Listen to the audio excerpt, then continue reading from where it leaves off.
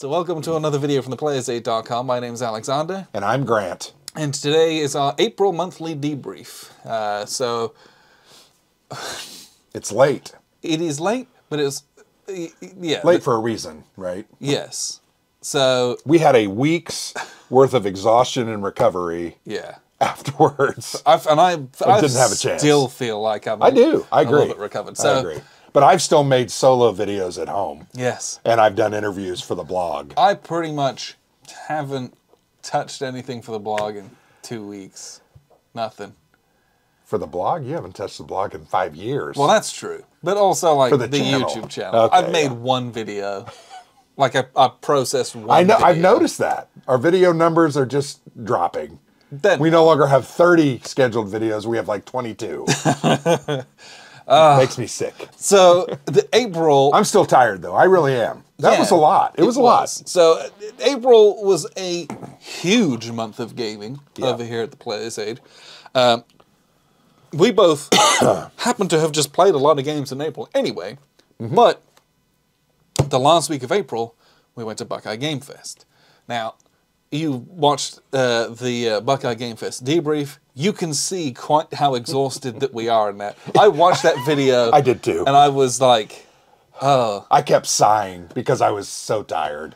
And the look on my face was just like dead. I feel like I just looked like puffy around the eyes. Me too. And just like a soulless lich. And it was like I watched it and like felt sad for myself. I did too. Which is so funny. So Buckeye Game Fest, if you don't know, is it's a wonderful convention, small, local, 250, 300 people in downtown Columbus. We've gone for a few years and we love it. And so we had decided to go an extra day and a half. Yep. And that made a big difference. It did. Normally we'd go on like, leave work on a Thursday, get there Thursday night, maybe do something, and then it would be Friday, Saturday, and we'd go home on Sunday. Yeah. So we left on Tuesday. And we left early on. We left like at noon, 1 o'clock. For legal reasons, and for my employer, that is a joke. Yeah. Sorry. When I said noon or 1 o'clock, I meant 6. We got there at like middle of the afternoon. I think we pulled up in the hotel parking lot at 3:50. Yeah. Yeah. I mean 5:50, 6:50 on a Tuesday. And so we were there for a significantly longer time than we normally would be. We were in the room, unpacked, back down to the war room, and started setting up by 6. Yeah. It was crazy. It was, but like we had made plans to kind of do that, and we've been looking forward to this for a very long time. Yeah. So you can watch the whole video of our debrief of all the things that we did. We're going to go over some of that stuff here. Yeah, but we won't dwell on it a whole lot. But we're very grateful to Blue Panther and Marshall Enterprises who sponsored us for being there, and they will do a lot of gaming. This particular video is sponsored by Noble Knight Games, who are a sponsor of ours, and we're very grateful for them for sponsoring these monthly debriefs and supporting the hobby. A bit more from them later on. Good people. So, even before Buckeye Game Fest, I felt like we got a lot of good gaming in. We did. We had family in town. Our brother-in-law, Gary, our other brother-in-law, not Brum. Yes. Gary from Utah. They were here for spring break, kind of. Yes. And we got together and played a couple of games and had a blast, frankly. We played Corrupt Bargain from Decision Games. We joked that this is a game that we were cursed with. We had made a number of attempts to play this. 3 or 4 different attempts with plans, and they all fell through. Fell through every time. We played this. I mean, I loved this game.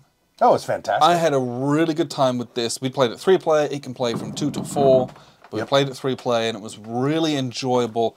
I love dudes on a map. I love that interplay in the game system. And then for that to have a number of meaningful kind of win conditions to kind of pass through that change as you go through those gates was really, really neat. This was an excellent game. Yep. And it's an election game, right? 1824 presidential election. The players play one of 4 possible candidate. We played a 3-player game. Yes. So we didn't have the 4th player. In a 4-player game, it's very possible for the 4th player to be eliminated from contention like 3/4 of the way of the game. Well, right? you play like the whole game, and then it's like, okay, you're out, then you're out, and then you adjudicate the winners. Right. But yeah, it's a really cool system, very different from a lot of other election games as well because of that. And I had a really good time doing the mechanisms, but also the results of it were just, it was fascinating to see what happened at the end because it was hard to predict. Well, like many Dudes on a Map games that we play or have played, it looks great, right? You got multicolored wooden cubes and cylinders on a board, really cool card play and mechanics, really cool choices about which cards you choose to play. You're trying to do a little set collection to do some special things and lock out states so that you can't lose those. The whole premise behind this game, the reason it's called Corrupt Bargain, is as the presidential candidates at that time, you're trying to basically win the election in spite of the popular vote. Because winning the popular vote is very difficult. Very difficult. And you're trying to buy the politicians to your side. That's why it's called Corrupt Bargain, right? And Al Berry designed this game. He's a very interesting designer. Louis Reel. High Treason, High Louis Reel. Treason, fantastic game. A court drama style game. Yeah, never played anything quite like that. Very unique, very interesting. But this is also a great game. I thought Decision did a great job with the game. The hard-mounted map board, beautiful wood pieces. The cards were solid. I thought the rules were very good. Rules are not complicated Nope. and well laid out and really easy Just to use. easy to play. Yeah. And we enjoyed this so much. Our brother-in-law Gary enjoyed it a lot. We had a grand old time. We took this to Buckeye Game Fest hoping to get it in. Ultimately, we didn't. No.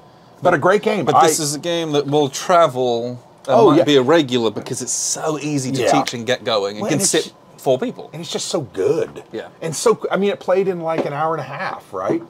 It's not a 3 or 4 hour game. Yeah, it's much more easy to get that to the table. Yeah. After we had done that, we wrapped up with a favorite of ours. One of our favorites, yeah.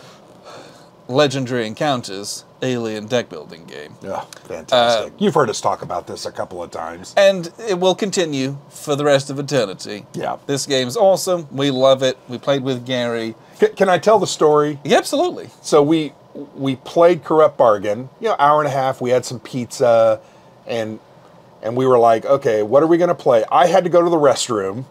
That's the story. Yeah, right. Story over. You retreated to the bunker without talking to me or without going over any games that we wanted to play. And I was in the restroom, and I'm like, oh, please grab Alien Deck Builder, please. Like in my mind, I'm like, please grab it.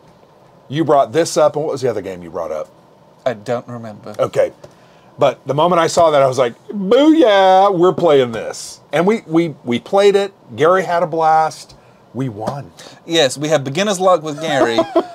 And we won. We played the Covenant expansion. It was really hard. Which is one of the most difficult ones. And we beat it, and it was like, oh! Well, it was so difficult because the 2 final end creatures had like 10 hit points apiece. And you had to have them in certain areas to kill them. So it was like, you had to knock them back there. Then you had to have 10 power to kill them. And I thought we were done. I had a chest burster. The next couple draws, I was going to be dead. I think you had a chest burster. I think I was about to get one. And boom, Gary destroyed one, and then you destroyed one, and it was over. It was very tense up until the end. It was a great game. It is a great game. This is wonderful, but yeah, that particular play was also really fun. Oh, it's fantastic. Cooperative deck building game that is just uber hard. We've only won 2 or 3 times. And I just love the theme of it. Yeah. I'm starting to think that we're really good at that game because that was really easy to win. We got really lucky. We've played it really lucky. What, 25 times? At least. And we've won 2 or 3 times. So that if that tells you anything. And a lot of the times we've died, either very early or very close to the end. Right. So, mix of everything. Next up, we got Frosthaven. I don't think that's really showing anything. Yeah. Frosthaven. This is the map archive. This is just the map task of Frosthaven. We play this fairly regularly with our father-in-law. Yep. And I think that the week we played this, we totally skipped Wargaming. So, I think he came over Friday night, and we then played the next day on Saturday. yeah, did we play twice? We did. Because we played 1 week where we played scenarios and lost like 3 in a row. Yes. And it sucked. Crushed us. And so then we took a break from it and then played it again, and like we chose different scenarios and played it, and we made some progress in the campaign, is what I would say. I think the 2 scenarios that we just got beat by were just utterly difficult. Yeah, very, very challenging. But the progress in the campaign is that we left the summer portion of the calendar and we're now in the winter one. So we had some winter events. We have a boat. We did some sailing events as well. There was a water event. That was cool. So there's making progress in the campaigns. Just love Frosthaven. It's amazing. I think my character is fifth level now. Yeah, I think I'm still fourth. Yours just made 5th. So it's been fun, really enjoyable. Yes. What else? So I think that was everything. Well, so I played before going to Buckeye Game Fest. Yeah. We played a couple more. Here, let me pull these there out. There we go. That's Sorry. what we played. Yeah, I kind of forgot. Push those out. So we got a brand new copy of Storm Over Jerusalem from MMP. Yes. This design is in the Storm Over series. This looks at the Roman siege of the city of Jerusalem in 70 AD.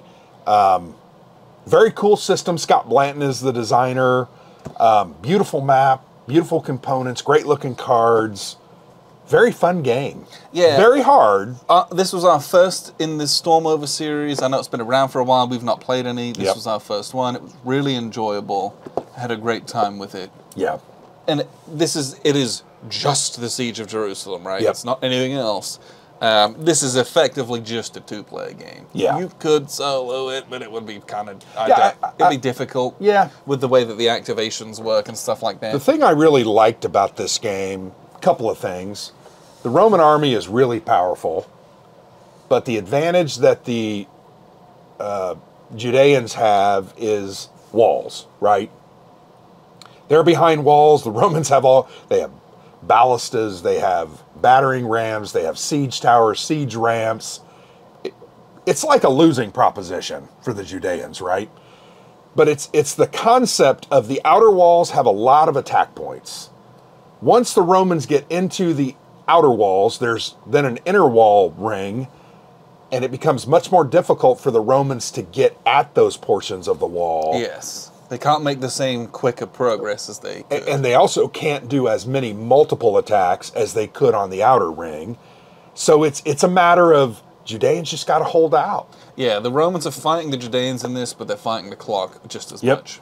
And it's not easy for the Judeans, but they have some tricks. They have some very cool cards. They also have some leaders that the Romans don't have, that they can throw these leaders in and either refresh units or add a +1 to attacks or defenses. Very cool concepts. I love the different defensive values for the different parts of the cities. As the Roman gets in, it gets harder and harder. You can rebuild the walls, but you can only rebuild them to a certain point. Yeah. I really enjoyed this. Now, you kicked the trash out of me, but I think now, after having played it once, I think I would go back and I would do some things differently and not fight you as hard to keep you out of the city, but really fall back and make you take me out. This is for the Judeans. It's a game of utilizing the clock and utilizing your pieces and not throwing them away. Yeah, and I think I foolishly threw some pieces managing away. that. That's your part of the game. Yep. It's very different from what the Romans are doing. Very asymmetric game. Yep. As you might expect in a siege game, but I had a really good time with this series. Yep. And I'm inspired to go and look at some of the other titles. I think I looked at Storm over Dien Ben Phu, and I think I looked at also the Arnhem one. Yeah, I've looked at that one. So we'll ultimately play a couple of the others. I think this was a nice implementation of a very interesting historical siege, and I had a great time with it. Yes. So you can still get this. This literally just came out about a month ago. Yeah. So you can still get it from MMP. I think it sells for $80. I think so. We pre-ordered it and got it for much less than that. But yeah, I really enjoyed it. I'm going to write a piece on it. But yeah, fun game. I really enjoyed that. That was great. So that was one game. Oh, this one was fun too. We also played. We played a hell of a lot of games in April. Holy crap! We haven't even scratched. We're not the even. surface. Yeah, we're not even. So, Fighters of the Pacific. We played this. This is a short format Choice game. 2-player tactical air war game. Yep. Not with miniatures. No. With So very cool little flat cardboard counters. bits and pieces in Loved it. them. This is a game. I don't know where you found this, honestly. Where did I find this? So this was in 2020.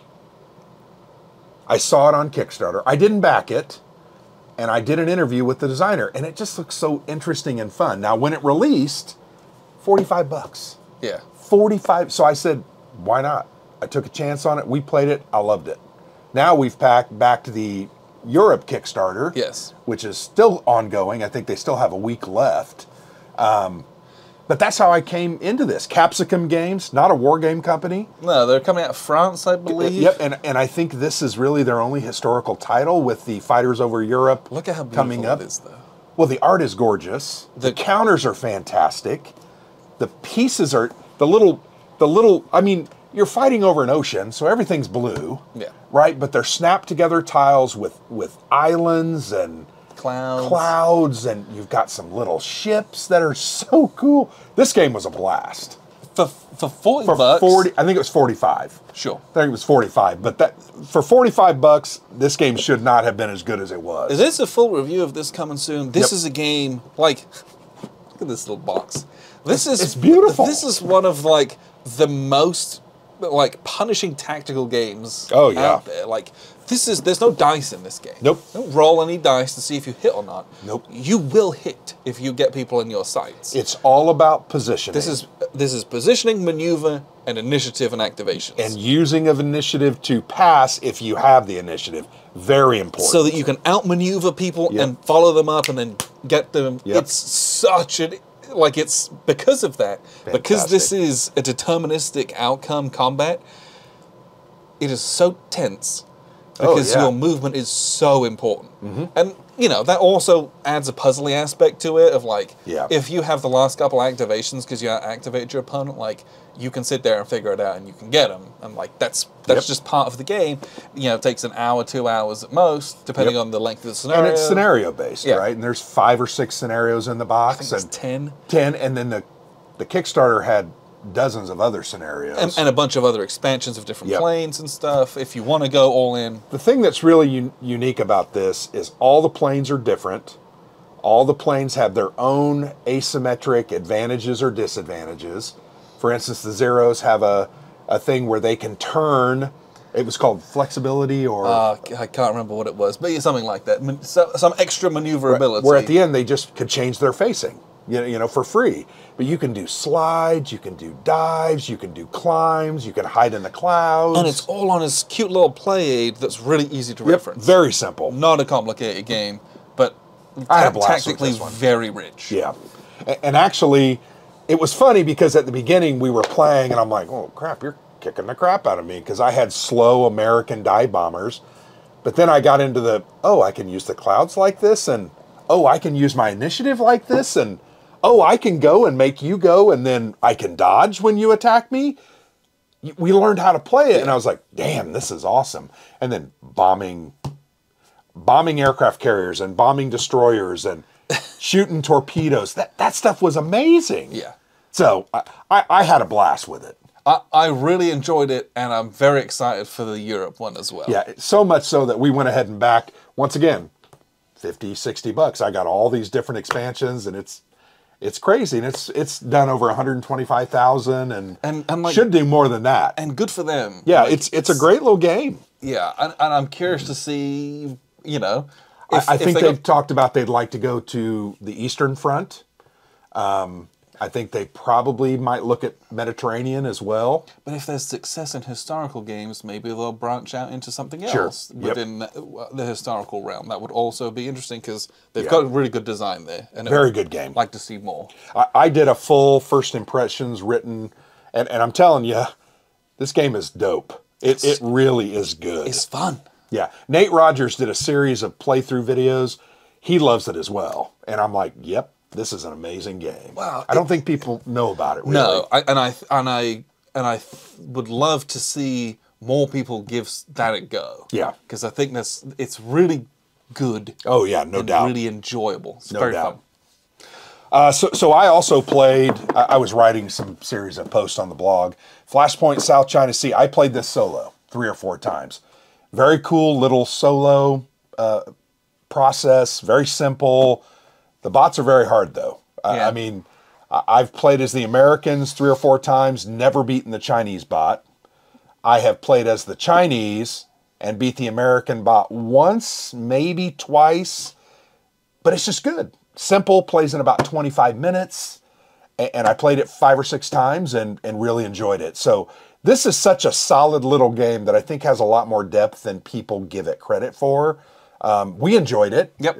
We love card-driven, little fast-playing games like this, and Flashpoint South China Sea from GMT Games, it's fantastic. I like the solo mode. The solo works well. So I actually included this on my top 10 solo releases of 2021. Yeah, 2021. I put this at number 6. This is 2021? Yep. 2022. I'm sorry, 2022. It was 22. Yeah, it was. Yes. So anyway, Flashpoint South China Sea, I played some solo, and then here's my other solo game that I played. Yep. It has the stuff in it this time because Yeah, I it's not just played a it box. 5 or 6 times. The Mogadishu 1993 from White Dog Games, designed by Dave Kershaw and Michael Kennedy. This game is amazing. It is literally Black Hawk Down, the board game, right? One of the scenarios is called Irene. That is when the Black Hawk went down and they got in trouble, and you're literally, it's a solitaire game. You're playing as the coalition forces, trying to get to and from objectives, take political prisoners, rescue hostages, and the AI just generates these Somali National Alliance units all over the place. And it's a good, clean, fun war game. Really have enjoyed this.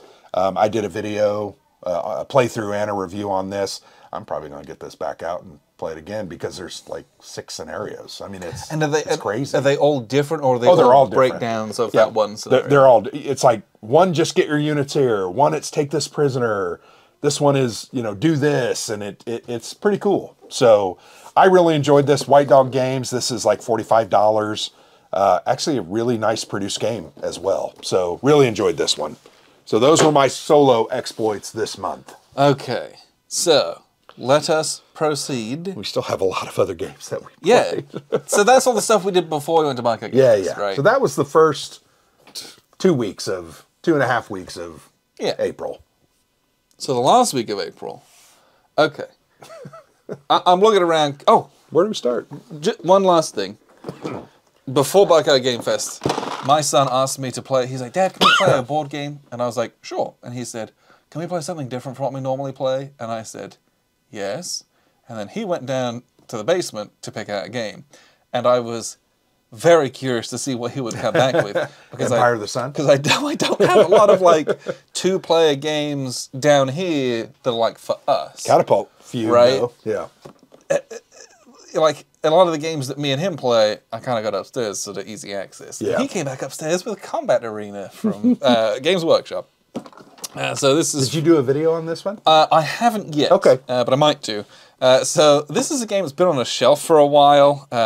Warhammer or Citadel, I guess, who makes this?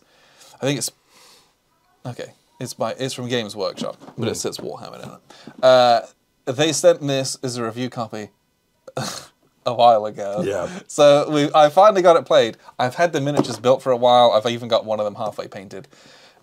He's sat next to Ripley. That's not true. I can see Ripley over there. She looks lonely with that egg. One of them is half painted. He needs to finish Lieutenant Ellen Ripley and one more alien egg so that the set's complete. I don't know why he won't finish them. One day I will. He'll never do it. But we played, this is 2-player tactical combat arena game. Now we played it 2-player. You can play it 4 as a free-for-all. Okay.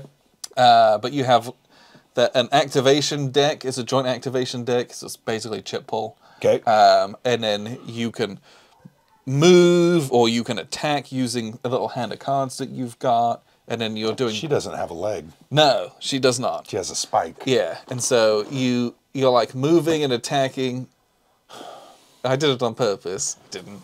That's the back of the box, guys. I mean, it's just so annoying. Right, I'm trying to look into the game, and he can't even do it. All right, now the front's upside down. Look what an idiot we look like. Go ahead, proceed. It was a really funny system because you take damage, and then once your damage is all the way down, you basically take a critical hit card, and that's like extra bad stuff that happens to you. But then this fills up with these tokens, and it gets shorter and shorter. Yeah. So your first kind of life is this long, your second one is this, and then all the way down. Cool.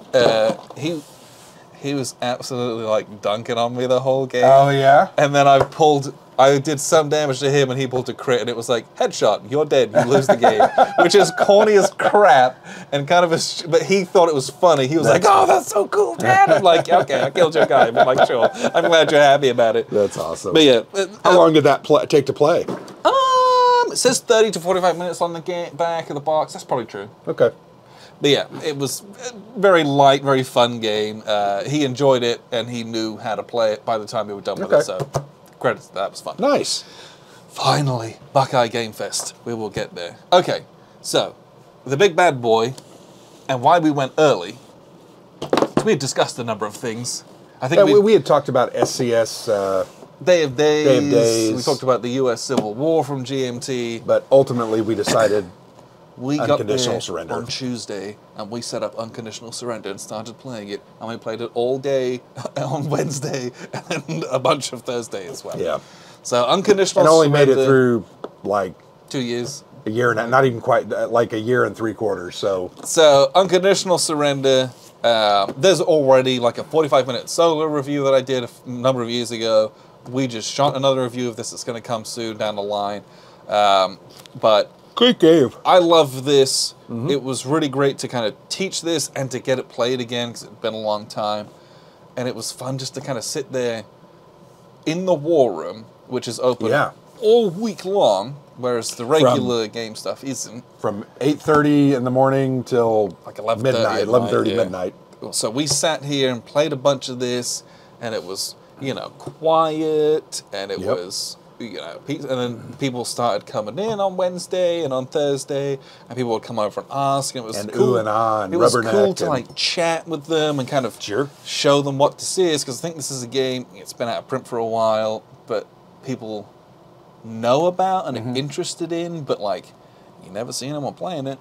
No, because, know, like... So this game is huge in scope, right? I mean, it's the entire... European, Mediterranean theaters. Yep. And huge scale, grand tactical, grand strategic. Two big old maps. 2 huge maps. So each counter is representative of... Is an army. 1,500 men and 1,000 tanks. So it's a huge scale, but it's just so cool. Each army is like 100,000 men. Okay, yeah. Like it's massive in a scale. But it's just... No stacking, very few counters. I mean, we had maybe a dozen counters, 15 counters on the Western Front, maybe 30 counters on the Eastern Front, and about 10 counters in North Africa. Oh, not that. If even that. Yeah, some of those were there's like transports. 3 ground combat units in North Africa. It's just a simple, mechanically simple game. The DRMs and the CRT is very simple. Once you learn it and go through it, it's very dependent on weather. If the weather's good, you don't get a bunch of negatives. If it's poor or severe, you get a ton of negatives on attacks. But sometimes you just got to do it, right? Yeah. You got to go for it. And had a blast. Has political phases, has strategic movement, and there's some naval stuff. There's and amphibious landings, resources, everything's Great in game. here, and it's massive, and it's big, and it's long, and it's wonderful. And I count back and P500'd this immediately because I'm like, I want my own copy. This is a game that will never leave my collection. Sure, and I want to get it in my collection so that I can maybe one day set it up on 2 huge tables in my basement and play a month or 2 a week, and then do the whole war in 3 or 4 months. And had a blast with that one. I would have... It was so good. Loved to have finished it, but we had a good time, and that's what we went there to do. What did we do on Thursday afternoon? I don't remember. Okay. We're just going to go through. I don't remember chronologically. If you want to know the chronology of it, you can Go and watch that video. watch the video, or you can read my debrief that I wrote. I think it was this. I think it was Land and Freedom. We played Land of Freedom. Land of Freedom from Blue Panther. This showed up a couple months ago when we played this just before Basement Con. We played this with Steve Jones from Blue Panther. That was cool. Who beat us? Who designed? He sharked us. They're the publisher of this. Yeah. We actually lost $500 on that game. Yeah. He was acting like he didn't know what he was doing, and then we bet, and He sharked us. It was thanks, Steve. Pretty great. Appreciate it. 3-player semi-co-op game, covers the Spanish Revolution and Civil War, designed by Alex Knight. This is a really fun game. It's very abstract. It's a very high level. The things that you're doing aren't particularly tactical in any way. You're like feeding units into fronts, and it's just kind of a value. But then this is a game of spinning plates. I'm trying to contribute to the war effort so we don't all lose, but I'm also trying to like do my own political stuff over here and manage my tableau so I can affect as much stuff, so I can get victory points into a bag so that I might draw them. And you absolutely might or might not draw them. Wonderful game. Yeah, it massively exceeded my expectations because I frankly didn't have any going into it. Well, and it's a unique game. It's not a traditional war game, right? It's definitely a war game, but it's card driven. It's got some unique elements to it. A very good design, particularly from a new designer. I think it works really well. Really enjoyed this game. In fact, it's got to be in one of my favorite games of the year so far. It's so good. But it's just very good. Just very cool and unique. We enjoyed it. Yeah. Had a good time with it. And doesn't take particularly long to play. Nope. Hour. Yep. So, Thursday night, had a blast with this. we played Nations and Cannons. What's Nations and Cannons? What?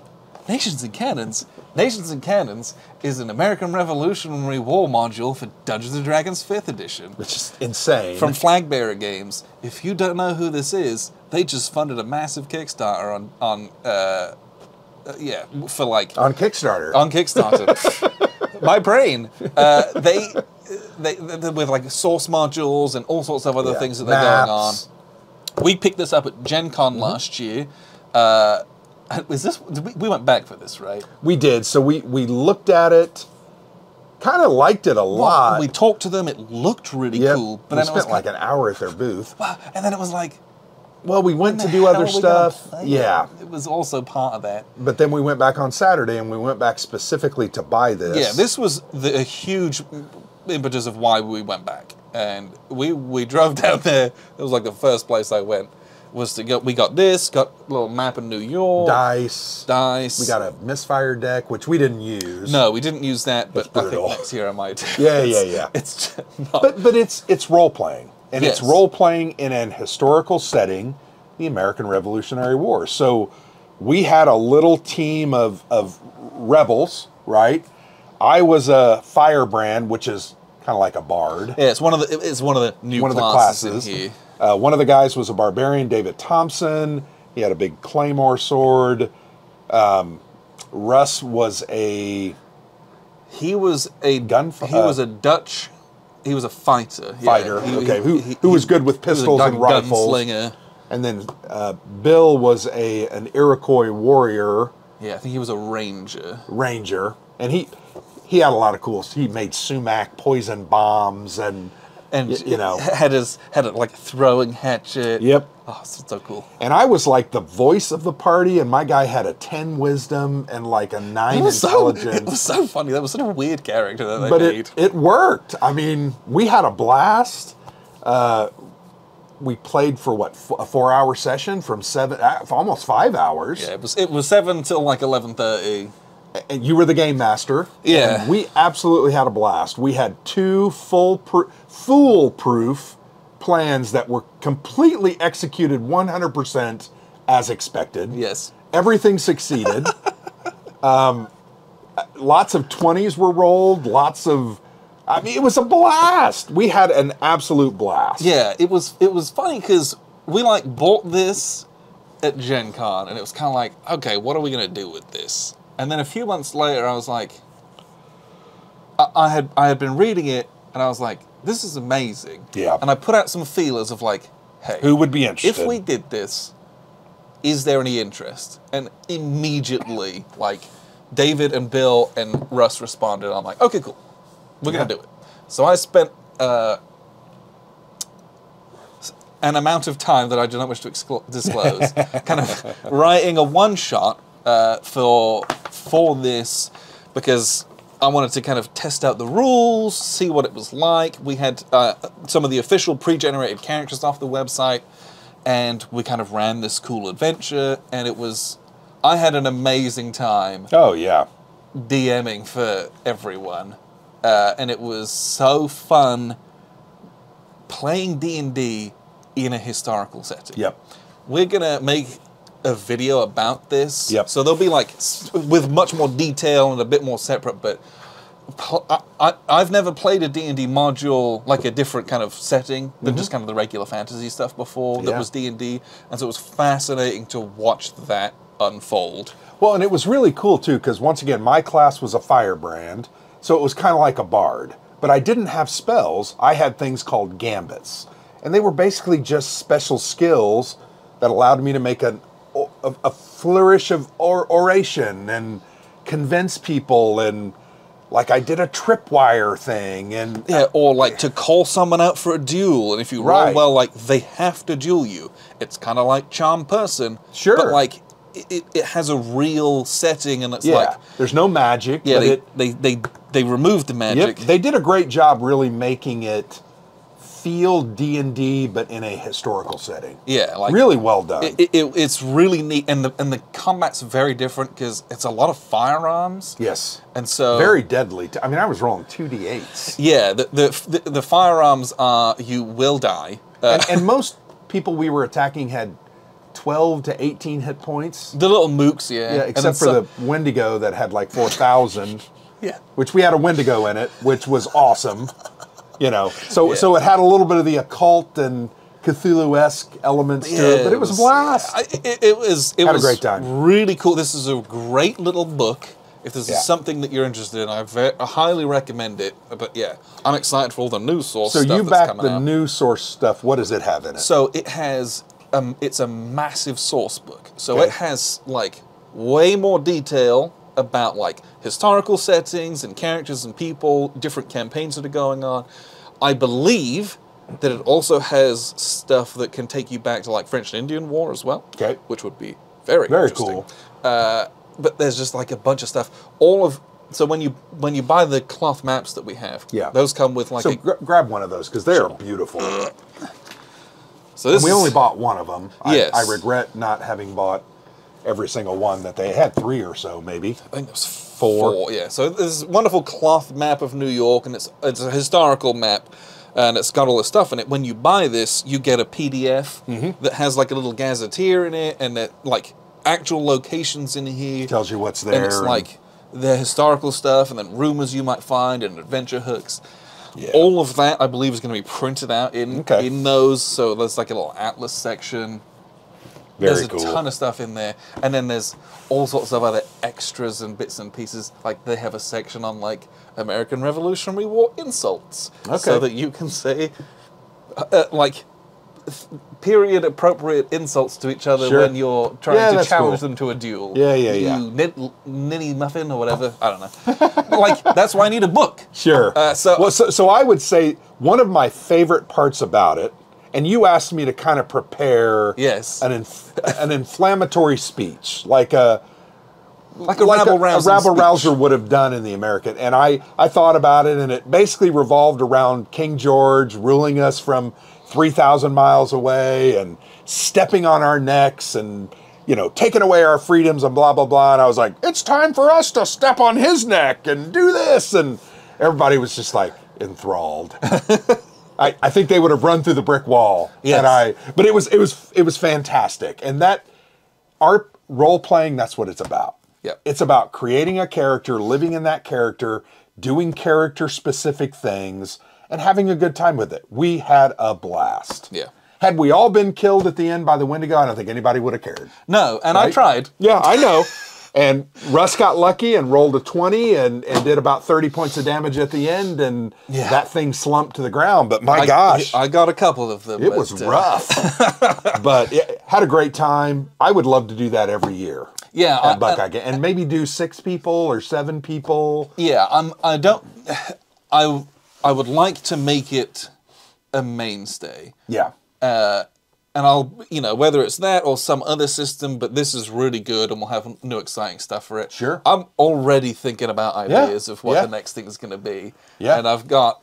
So you got to tell the story of what we did. And I wrote it down in but basically we had to go free a prisoner, a spy. Yes. We got double-crossed. They double-crossed us. We freed a lady that was from the prison, I think, right? Yep. And on the way out, I was pissed, and I burned down the guardhouse. Probably set half of Manhattan on fire, but that's okay. Very D&D. Yeah. So after a very elaborate plan, by the way, it involved a flaming manure wagon, tripwire, sumac bombs, getting them a all sniper. drunk. It was getting them drunk beforehand. It was fantastic. Then we heard word of a very evil British commander, Lord... blah, blah, blah. Major General Lord Arthur Cathcart. So pretentious. Yes. So the spy that they were trying to free and liberate, he had been already taken to this general, and this decoy was who they had intercepted, unfortunately. Yeah. And we went out there and we met up with a small contingent of Patriot militia who were planning an attack on that Lord Arthur Cathcart, blah, blah, blah. So we had an elaborate plan to scale the wall. I threw a bomb that we found over the wall into the guest house where most of the barracks was sleeping, and I rolled a 20. Yeah. Right? And that place went up in a... like a tinderbox. Yep, and then I ran around the corner, and everybody surrendered to me as the other guys ran in. We shot some people and then went into the church where the Lord Arthur Cathcart was obviously an evil necromancer style guy, and he had summoned a Wendigo. Yeah. The Wendigo is sitting over there, but we had to fight the Wendigo in a very D&D-esque dungeon crawl area, and just had a really good time with it. Most of our party was either killed or dropped to below 0, but had a blast. I mean, it was a blast. It was everything RPG is and was and could be, and we had a blast. So that's all that's important. Yes. And a great setting, great book, great rules. I look forward to the new stuff that we're going to get and doing it every year. I'm excited. We'll do more of that in the future for sure, because I think everyone there had a grand old time. Oh, yeah. So that was Thursday. On Friday, I think we played... Did we do Coin first? We did. Was this one? Yeah, we actually did Fire in the Lake first. Yeah, so, yes. We played Fire in the Lake, played a 4-player game of this in the morning. Again. Alexander and Ari. Yes. Their names were. They had never played Fire in the Lake. No. So it was a good experience. We were able to teach them, and I think they picked up some of it pretty quickly. But I think Alexander won as the VC. Yes. So I love Fire in the Lake. We take this to every convention, basically, without fail. Yeah.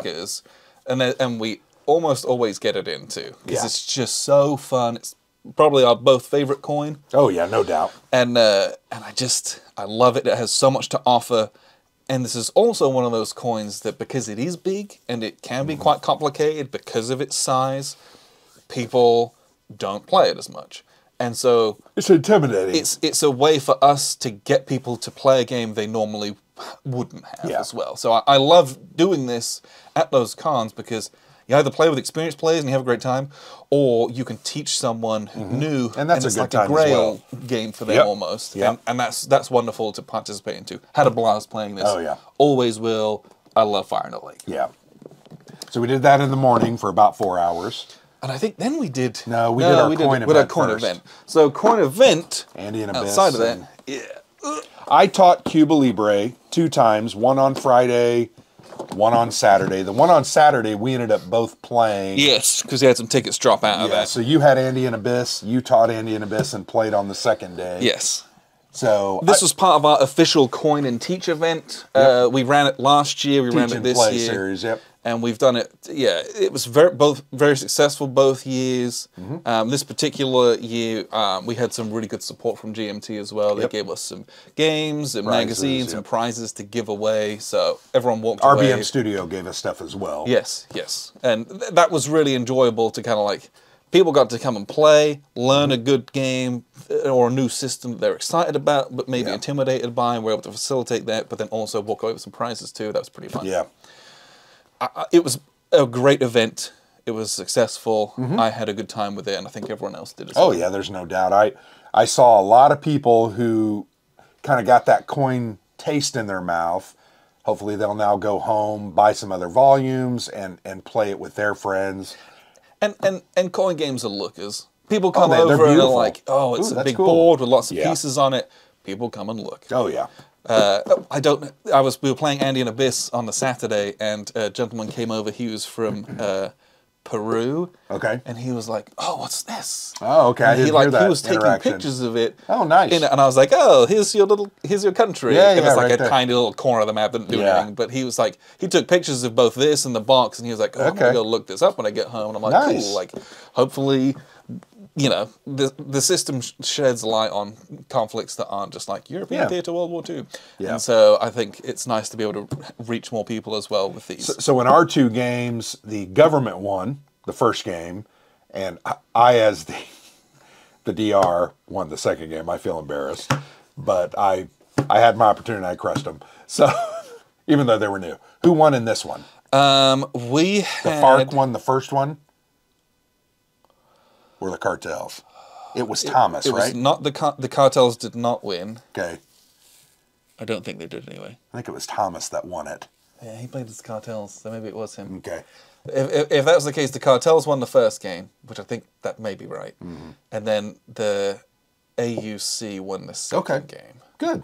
So we had at least one government win and then a couple of insurgents. So nice. But yeah, Had a great time. we haven't played Andy and Abyss in a while, so it was really nice to kind of teach that, and then to get to play in the second one as well. So that was always fun. Yeah, and frankly, Cuba Libre we have not played for a while now. We've, you kind of go away from it because it's a little bit more introductory. Yeah, It's smaller. Like the last time I played it was at Buckeye Game Fest when I had to sit in on one last year. Yeah, to play it. but everything came back to me. I was like, yeah, I remember why we fell in love with the series because of this, and then moved on to others. But very good game. It's just really solid. The coin series is amazing. Yeah, it was big fans of it over here. And we also, and we'll talk about, we played All Bridges Burning in May, right? So we're talking about April. Yeah, we'll get there So in a bit. spoiler there, but it's just so interesting that they're all so different. Yes. And I just love it. That's one of the things I love about the series. Agreed. So anyway, coin series forever. I love it. Okay. So after our coin series event, we played Time of Crisis. And we played with the Iron and Rust expansion. Yes. We played a 3-player with Jordan. Yes. Jordan won as the government in our first thing of Cuba Libre. Had a blast with this. We love this game. It's a very interesting deck building, combat heavy, Kind of an area control it's just game. very cool. I jumped out early to a big lead as the Emperor. I got smacked around. Jordan became a pretender. He was almost ready to win, and then you came back at the end, got the Emperorship, and kind of took it home. I got a ton of prestige by smacking Jordan around as a pretender, yeah. which was fascinating because Yeah. I've never done that in this game before. And I was and like, oh. I think Jordan made a mistake because he moved his soldiers over to me because I'm like, I wasn't even a threat. Yeah, He could well, have protected himself a little better. But if he'd have you don't think so? Well, because if he brings them to me, then you would sweep in. My He- guys weren't very powerful, though. Yeah. Anyway, it was fun. I had a blast. I always have a blast with this. What I would say about this game is that I had liked this game, Yeah. and now I would say that I love this game. Yeah, I would agree. Because this play of it, everything just finally clicked in my Yeah. brain of Yeah. like, And that's what okay, our I get third or this. fourth play, I think. I think that was my third. Yeah. I think you've played it a couple Yeah. more times without me, but it was like, before I'm like, I think I'm doing the stuff. And seeing what this game is and quite how chaotic it can be. Yeah. I was like, oh, Yeah. I can see it. I can see it Yep. now. It all come And together. I'm like, yep, I love this game. Yep. I would play this anytime now. This is like No doubt. almost like coin level of like, if you ask, I'll play it. Yeah. It's that Well, good. and I may take it to every convention we go to. And if there's an opportunity, because it plays in about an hour and a half. It's not Yeah. overly long. It doesn't overstay its welcome. It has a timer built in. I mean, the game is over at, how many points is it? 60? Does that change with player count? I think it probably does. I think for 3 players it was 60, but I think for 4 it's less. 60, we got there fairly quick. Yeah, well, and it's But- like all deck builders, right? It's the slow burn, and then all of a sudden it's like Bam, you power, can do power, that. Yep. power, power, and you're like, oh, the game's over. Oh, I'm going to take this over. I'm going to attack here. I'm going to build this army. Yeah. Great game. I enjoyed it. Jordan had a great time. Just reinforced to me what a great game Yeah. it is. This is wonderful. I love Time of Crisis. Yep, me too. I heart Time of Crisis. So that was Friday. I'm trying to think what Was else this a Friday or was this a Saturday? That was Saturday. Okay. I think that was... Because this was Saturday. Yeah, I think everything else Yep. was Saturday because I spent the rest of the night... Well, I spent Friday Setting night... up Battle Group. Setting up Battle Group whilst you were doing that. Did I play? Okay.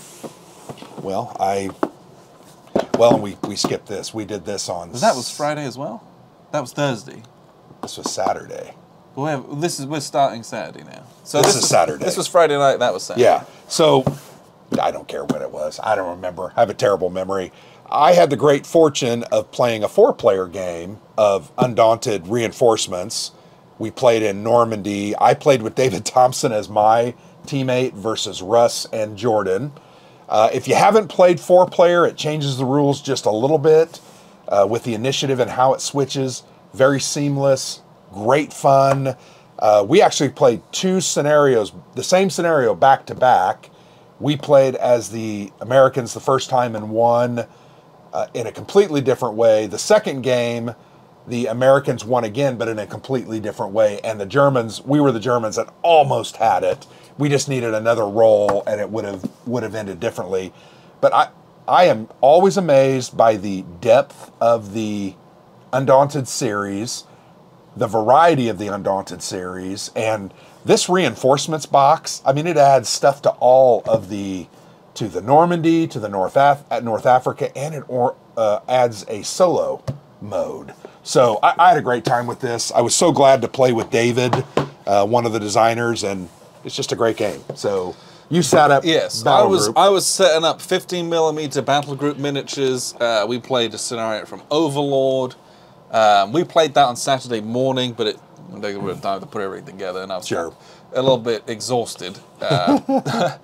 And so we played on Saturday morning. It was you, me, Ken, and Tim Densham Yep, joined from especially Catastrophe early Games. on. So we played this. It's a fun system. It's miniatures. It's moving guys around with little toy factors going pew pew. Yeah. Right. It was wonderful. Lots of dice rolling. I like this system because it has this like you draw morale chits out of a bag when guys die or they break or things happen when you take objectives, and so those are hidden. And if you reach your kind of force level, your army breaks and you lose the game. Yeah. So you never quite know where your opponent is, and your opponent never knows where you are and how close you are to losing. And so there's a level of jeopardy that you're not aware of, and that just makes the game always engaging. You can't quite... It's not like a tournament game where you're like, you know everything, and it's like, oh, like it's a for fun beer and pretzels game. Yep. And I love the system because And of it. we played it for 4 hours and had a blast. Yeah, and the army building is extremely flexible and has a bunch of cool stuff in it. How come you don't have any dudes just sitting on the gun? I don't have those miniatures. If I had Russians, Because that just I looks so would. cool. It does. I mean, it just looks so cool. Anyway, you do a great job with your scenery and your buildings, although these buildings are amazing. They are. I mean, that's like a totally different... That's very expensive, too. Yeah, you're right. Look, they even have a telephone. Anyway, amazing. I had a blast with this. I would have loved to have played it even longer. Yeah. But, we had a good time. That's fun. So we also played Sword of Rome. And we actually We ended played up, this on Friday. Yeah. Middle of the day. Yes. Sword of Rome, CDG, up to a 5-player game. We played it with 5. We played it with 5. Bill Simone taught the game to us. Thank you, Bill. We had a blast. Cards are incredibly mean. Combat system is very interesting. Had a blast, though. Point-to-point movement map, card-driven. I had a blast with this one. Yeah, this has been sat on the shelf of shame for a few years. Yep, it was a Grail game that I've always wanted. And then we've got an initial impressions of this coming soon. Yep. This is one we will play again. Oh, no doubt. Once we're a bit more familiar with it, and at that point, well, we'll do a full review. But were there victory cities on Sardinia? Yes. Okay. And I controlled all of those as the Carthaginians. So if somebody could mess with you by going out there, if they could get across. Which is very difficult because I control the sea. I had several naval cards, but I'm like, why would I go over there? I was the Etruscan Samnites, so... Yeah, like the Etruscans would, but then if there's a Carthaginian player, they just say no. Yeah, right. Kind of brutal. Yeah. Great game. I enjoyed it. Ray Farrell, same guy that did Time of Crisis with Brad Johnson. And by the way, Time of Crisis has a new expansion coming out, as well as a new deluxe edition. Yes. So that was announced on P500 in April. The deluxe edition's gonna be nice. But they're gonna add, I think it's 3 or 4 new improvements. They're changing some of the Fotorati cards, so it should be even better. Yep. So, but yeah, Sword of Rome. I love this. Yeah. I absolutely am glad we played it and had a blast. Can't wait to play it again. It was a good time, and this is a game that rewards multiple plays as well. And this is a 2-inch box, and this box is full of crap. Yes. Mounted map board, cards everywhere. And it just fits. It just fits. It's like perfect. Anyway, love this game. I'm so glad I bought it. Yes. So glad we played it. We also played, not this, we played Quartermaster General 1914. So we played the World War, I don't have it, so this is the placeholder. I have World War II, and then you have Cold War. So imagine World War One, right? That's what we played. It's a great game. I had played a demo version of that at Okay. UK Games Expo last year, and I really enjoyed it. Yeah. And so then when it was suggested to us, we played a full 5-player game of it, and it was really cool. Yeah. Playing it at 5 players, which I had not done, was a much more enjoyable experience. Got it. You have to. It's the stress of having to lean on your allies and not have control over them, as opposed when you play with like 2 or 3. I don't know what the British were doing. Control all of them. I was the French, and I'm like, come on, Brits, let's do something. But yeah, and then the system itself, where you're having to like prepare cards and invest in all of that, and then launch your big offensives. And they've dug in defenses. Yeah, it's all abstract, but it's really a very interesting abstracted card war game. I really enjoyed it. You don't have more than 1 piece in a territory. You know, it's an area movement, so it's just very simple, but it's very slick. Yeah. I absolutely had a good time with that game. And it makes me want to play the World War II. Absolutely. People say the World War I one is amazing, and it was. Okay. But I'm like, you've got the World War II one with all the expansions, so we got to get people together and play there. Yeah, we need to. For sure. I think that ended our game playing at Buckeye Game Fest. That's not true. Oh, it's not? What else did we play? Ah, The Thing. How could we forget? Yeah, this was the penultimate Thing, Infection Outpost 31. Good. Okay. This game, hey look, this one's sideways, not upside down. Alexander, that's true. I'm going to choke you. So, this game, we played 8-player. 8-player. Which is the most it can hold. 8-player. And it was And we had to turn a couple people away. So I felt bad. David, I'm so sorry. I apologize to him on Facebook, by the way. He responded. David, come to WBC and we'll play it again, I promise. Yeah. And David's a good guy. Yeah. We will take this to WBC. Oh, we will. Because we played it there last year as well. Yep. But yeah, we played The Thing, Infection Outpost 31. This is a hidden traitor yelling and screaming game. Accusations flying everywhere. Sure, you go on like little missions and you have to collect things, but it's mostly about the yelling and screaming. One of you is the Thing to start the game with, and two or three of you might be by the end of it, and you have to figure out who that is by going on missions and smoking people out, and then at the end you have to all get on the chopper, and if you have to vote people on the chopper.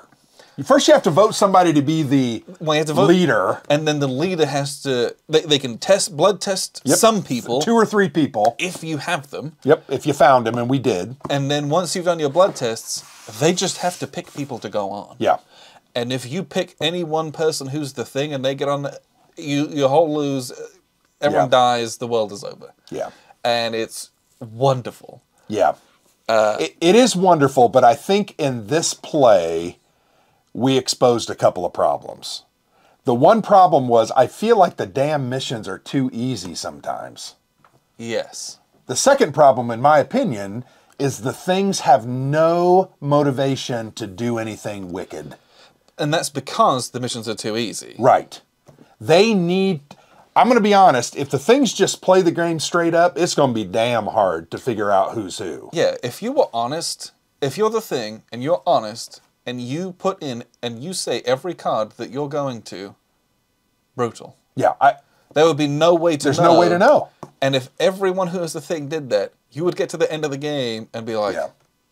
But you're right. The missions are, I think, just a bit too easy to do for the things to do anything. because it's very easy for everyone to put stuff in Yep.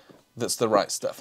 And so maybe you kind of like tone it back because there's rules about secrecy. And if Okay. you said that no one can say what they're putting in, Yeah, that very different story. It would, but then it would make it very hard to understand who was. Yes.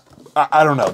That's my only qualm with this game. I know what you're saying. But yeah, I have a blast with it every time we play it, but there are times where I'm like, I have no idea how to tell who's who. yeah.